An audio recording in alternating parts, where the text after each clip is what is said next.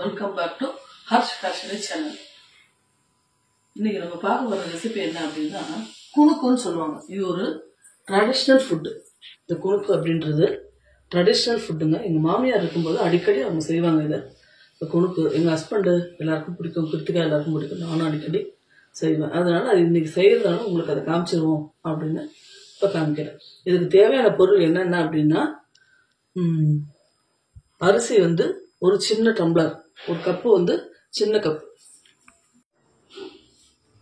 அரிசி வந்து சின்ன கப்புங்க.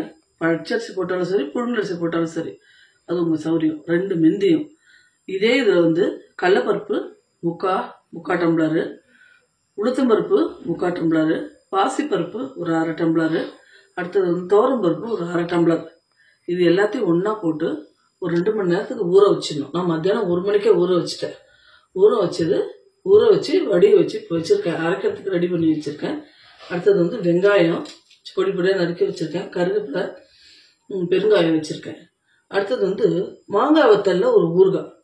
என்னன்னா இது வருஷம் பூரா மாங்காய் ஊறுகாங்க. மாங்காய் ஊறுகாய் சீசன்ல தான் கிடைக்கும் கிடையாது.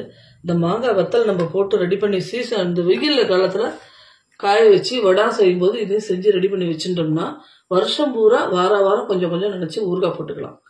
இந்த மாங்காய் வத்தல் எப்படி ரெடி பண்றது அப்படின்னா, அந்த காலத்துல பாத்தீங்கன்னா ஜாயிண்ட் ஃபேமிலி. எங்க ஃபேமிலி ஜாயிண்ட் ஃபேமிலி. நாங்க இருக்கும்போது பாத்தீங்கன்னா அத்தைங்க 2 பேர் இருப்பாங்க. அத்தைங்க 2 பேரு, எங்க அம்மா, சித்தி, இவங்க எல்லாரும் சேர்ந்து நல்லா ஒரு 1/2 மூட்டைக்கு அந்த ஒட்டு மாங்காய் வாங்கிட்டு வந்து எல்லாரும் உட்காந்து அருவாமனையில சீவுவாங்க. சீவி அதை என்ன பண்றதுன்னா ஜாடியிலயோ இல்ல பிளாஸ்டிக் பக்கெட்லயோ உப்பு எப்படின்னா ஒரு கை போடுவாங்க, ஒரு பிடிச்சப்படி உப்பு, ஒரு பிடிச்சப்படி உப்பு, இது மாதிரி போட்டு அந்த மாங்காவை ஊற போட்டு மூடி வச்சிருவாங்க. அது வந்து ஒரு 2-3 நாள் ஊறும். குலுக்கி விடுவாங்க. அதுக்கப்புறம் என்ன பண்ணுவாங்க, மாடியில கொண்டு போய் மாடியில வெயில்ல நல்லா துணி போட்டு உணர்த்தி அதுல வந்து இந்த மாங்காய் வத்தல காயப்போடுவாங்க. காயப்போட்டு சாயங்காலம் காஞ்சதுக்கு அப்புறம் எடுத்துட்டு வந்த உடனே திரும்ப அந்த தண்ணி வடி வச்சிருப்பாங்க இல்லையா, அந்த தண்ணியிலேயே திரும்பவும் போடுவாங்க. உப்பு தண்ணியிலேயே போட்டு அதை கொண்டு போய் திரும்ப மறுநாள் காய வைப்பாங்க. அது 2-3 தடவை அந்த மாதிரி உணர்த்தி எடுத்துட்டு வந்து வச்சது தான் இந்த மாங்காய் வத்தல். பாருங்க, வருஷம் 2 இது போன வருஷம் நான் போட்டது. அதனால இந்த வருஷம் மாங்காய் வத்தல் நான் போடலை. அதுவே மிச்சம் இருக்கு எனக்கு. அதனால வந்து இந்த மாங்காய் வத்தல் எப்படி இருக்கு பாருங்க. உப்பு கோத்து நல்லா இருக்கும். இது ஒரு 2 வருஷம் 3 வருஷம் ஆனாலும் இந்த வத்தல் வந்து கெடாதுங்க உங்களுக்கு. இது வந்து வாரம் ஒரு தடவை இந்த இவ்வளவு மாங்காய் நல்ல வெந்நீரை தலைக்க வச்சு இதை பாருங்க மாங்காய் போட்டு இந்த வெந்நீரை ஊற்றி ஊற வச்சிருக்கேன். இப்படி இருந்த மாங்காய், இப்படி ஒடிக்க முடியாம இருந்த மாங்காய் நல்லா சாப்பிட்டா அதை பாருங்க, கையில எடுக்கும்போது இப்படி பிஞ்சு வருது பார்த்தீங்களா. இந்த மாதிரி சாப்பிட்டா வந்து ஊறி இருக்கணும். ஊறி இருந்தோடனே இது திட்டமா தண்ணி வச்சு இது பண்ணணும். இது மாங்காய் ஊறுகாய் எப்படி போடுறது அப்படின்றதையும் உங்களுக்கு சொல்றேன். முதல்ல அடைக்க அரைச்சிருவோம். நம்ம குணுக்குக்கு இழுப்பு சட்டியில எண்ணெய் வச்சிருக்கேன். அந்த எண்ணெய் காயிற கேப்ல நம்ம ஊறுகாவை வந்து தாளிச்சிடும். இது பாருங்க, இந்த ஊறுகாய் அந்த ஊற வச்சிருந்தேன் இல்லையா, அந்த ஊறுகாவில் இதால 5 ஸ்பூனு இந்த காரப்பொடி அப்படின்றது என்னன்னா வெறும் மிளகாய் எதுவுமே கலக்காம வெறும் மிளகாத்தூள் காரப்பொடினும், நீங்க வெறும் மிளகாத்தூள் அப்படின்னு சொல்லிக்கலாம் ஊறுகாய். இது வந்து இதுல போட்டு நல்லா, ஏற்கனவே இதுல உப்பு இருக்கு, உப்புல தான் ஊறி இருக்கு இந்த மாங்காவை. அதனால உப்பு போடணுன்ற அவசியம் இல்லை. தேவை அப்படின்னா ஊறுகாய் போட்டதுக்கு அப்புறம் தேவைன்னா உப்பு வேணா கலந்துக்கலாம். இப்போ இதுல நல்லெண்ணெய் நல்லா இந்த இழுப்பு கரண்டி ஃபுல்லா வச்சிருக்கேங்க. இதுக்கு வந்து நல்லெண்ணெயில தான் இது போடணும். இழுப்பு கரண்டி ஃபுல்லா வச்சுட்டு கொஞ்சம் கடுகு,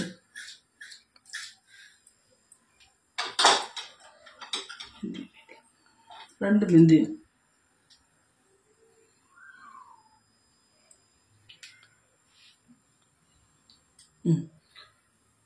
கடுகு வெடிச்சதுக்கு அப்புறம் உங்களுக்கு காமிக்கிறேன். இது பாருங்க, கடுகு நல்லா வெடிச்சிருக்கு. எண்ணெய் நல்லா கமக்கமாக காஞ்சி கடுகு வெடிச்சதுக்கு அப்புறம் தான் இதை போடுறது. பார்த்து நல்லா கிளறி அப்படியே விட்டுருந்தாங்க. விட்டா கொஞ்ச நேரத்தில் ஆறட்டும் அப்படின்னு விட்டுடணும். இது நல்லா ஆறுனதுக்கு அப்புறம் ஒரு சின்ன ஜாடியில எடுத்து வச்சுக்கலாம். ஜாடிலையோ இல்லை கிளாஸ் பாட்டில்லையோ ஹார்லிக்ஸ் பாட்டில்லையோ எதுலையோ டப்பர்வேர்லையோ உங்கள் சௌரியம். இது எப்படி பார்த்தாலும் ஒரு வாரத்துலேருந்து ஒரு 10 நாள் வரல நல்லா இருக்குங்க. வெளியிலே வைக்கலாம், நல்லா இருக்கும். ஃப்ரிட்ஜில் வச்சா இன்னொரு ஒரு வாரம் கூட வரும். அதனால் இந்த மாங்காய் வத்தல் வருஷம் பூரா நம்ம நினச்ச நேரத்துக்கு மாங்காய் ஊறுகாய் போட்டு சாப்பிட்லாம். மோர் சாதம், சாம்பார் சாதம், ரசம், சப்பாத்தி எல்லாத்துக்குமே ரொம்ப சூட்டபுளாக ஆகும். இது ஒரு தடவை ட்ரை பண்ணி பாருங்கள். நான் திரும்ப உங்களுக்கு காமிக்கிறேன். ஏற்கனவே அரிசி பருப்பு எல்லாத்தையும் ஊற வச்சுருந்தேன் இல்லையா, அதோட பெருங்காயம் உப்பு ரெண்டையும் சேர்த்து போட்டு அரைச்சி எடுத்து வச்சுட்டுருக்கேன். அதில் பொடி பொடியாக நறுக்கின வெங்காயம், அடுத்தது கருவேப்பிலை ரெண்டையும் போட்டு நல்லா கலந்து ரெடி பண்ணி வச்சுட்டுருக்கேன். பாருங்கள், நல்லா கலந்து மாவு பதத்தில் இருக்கணும். இது ரொம்ப நாள் வைக்கவும் கூடாது, அரைச்சிட்டு உடனே செஞ்சிடணும். அப்படி செய்யும்போது இதுக்கு டேஸ்ட் ஜாஸ்தி, இருக்குது நல்லா முறுமுறுப்பாக நல்லா இருக்கும், கிறிஸ்பியாக. அதனால் இது வாங்க எப்படி எண்ணெய் காஞ்சிடுது எப்படி போடுறதுன்னு காமிக்கிறேன். இதோ சின்ன சின்ன உண்டையா இப்படி போட்ட உடனே மேலே எழுந்து வரணும். அது எழுந்து வந்தால் தான் எண்ணெய் காஞ்சி போச்சுன்னு அர்த்தம். அடியில் ஒட்டின்னு இருந்தது அப்படின்னா எண்ணெய் இன்னும் காயல அப்படின்னு அர்த்தம். ஒரு பிகினர்ஸ் பார்த்தீங்கன்னா ஒரு இதை போடும்போதே அவங்களுக்கு தெரியணும். அடியில் ஒட்டிது அப்படின்னா அது எண்ணெய் இன்னும் காயல, சரி கொஞ்சம் நேரம் வெயிட் பண்ணுவோம் அப்படின்ட்டு வெயிட் பண்ணிட்டு அடுத்தடுத்து போட்டுக்கலாம். இதெல்லாம் ஒரு டிப்ஸ். எண்ணெய் எப்படி காயுது சில பேர் தெரியாது. எனக்கே கூட ஃபர்ஸ்ட் சமைக்கும் போது எண்ணெய் காயுறதுனா எப்படின்றது தெரியாது. இது பதம்லாம் எங்கள் மாமியார் தான் சொல்லி கொடுத்தாங்க, எண்ணெய் காயுறதுன்னு எப்படி கண்டுபிடிக்கணும் அப்படின்னு. பாருங்க, இந்த மாதிரி கோல்டன் ப்ரௌனில் அது வரணும். மேலே நல்லா ஓசம் அடங்கிடும், கோல்டன் ப்ரௌன் ஆகிடும். அப்போ தான் உள்ளுக்குள்ளே இருக்கிறது மாவு வெந்திருக்கும், நல்லா கிறிஸ்பியாக இருக்குது. பாருங்க, திரும்ப எல்லாத்தையும் முடிச்சுட்டு திரும்ப காமிக்கிறேன் உங்களுக்கு. பாருங்க, இந்த குறுக்கு ரெடி பண்ணியாச்சு. அடுத்தது சட்னி, அதுக்கு தொட்டுக்க. இந்த சட்னி பார்த்தீங்க அப்படின்னா கடலை பொட்டுக்கடலை, தேங்காய், அடுத்தது மிளகா, சிகப்பு மிளகா 2 மிளகா, அடுத்தது ஒரு இஞ்சி, 2 பல்லு பூண்டு, ஒரு பிடிச்சப்பொடி புதினா, ஒரு பிடிச்சப்பொடி கொத்தமல்லி, 2 கருவேப்பிலை எல்லாத்தையும் போட்டு மிக்ஸ் பண்ணி அரைச்சது இது. அடுத்தது இந்த குணுக்குக்கு இது காம்பினேஷன். இது நான் இதுக்கு பார்த்தீங்கன்னா ஊறுகாய் இங்கே ரெடி பண்ணி ஜாடியிலே போட்டு வச்சுட்டேன். டைட்டாக தண்ணி படாத வச்சுருந்தீங்கன்னா ஒரு 10 நாள் வரலும் கண்டிப்பாக வச்சுக்கலாம். இது வீணாக போகாது. இந்த குணுக்கையும் பார்த்தீங்கன்னா அடை மாவுலேயும் சில பேர் செய்வாங்க. அடை மாவு இன்னைக்கு செஞ்சுட்டு நாளைக்கு மிச்சம் மீந்து போச்சுன்னா அதில் செய்வாங்க. இருந்தாலும் இந்த டேஸ்ட்டாக அது வராது. கொஞ்சம் ஆறி போச்சுன்னா அப்படியே கல் மாதிரி ஆகிடும், அது புளிக்கும் ரொம்ப. ஆனால் இது இதுக்குன்னே அடைச்சி இதுக்கு செய்யறது. இது ரொம்ப டேஸ்ட்டாக நல்லா இருக்கும். ஒரு தடவை செஞ்சு பாருங்க, எல்லாரும் ட்ரை பண்ணி பாருங்க, எப்படி இருக்குன்னு கமெண்ட்ஸில் போடுங்க. இந்த வீடியோ எல்லாருக்கும் பிடிச்சிருக்கும் அப்படின்னு நினைக்கிறேன். ஷேர் பண்ணுங்க, லைக் பண்ணுங்க, ஷேர் பண்ணுங்க, சப்ஸ்கிரைப் பண்ணுங்க.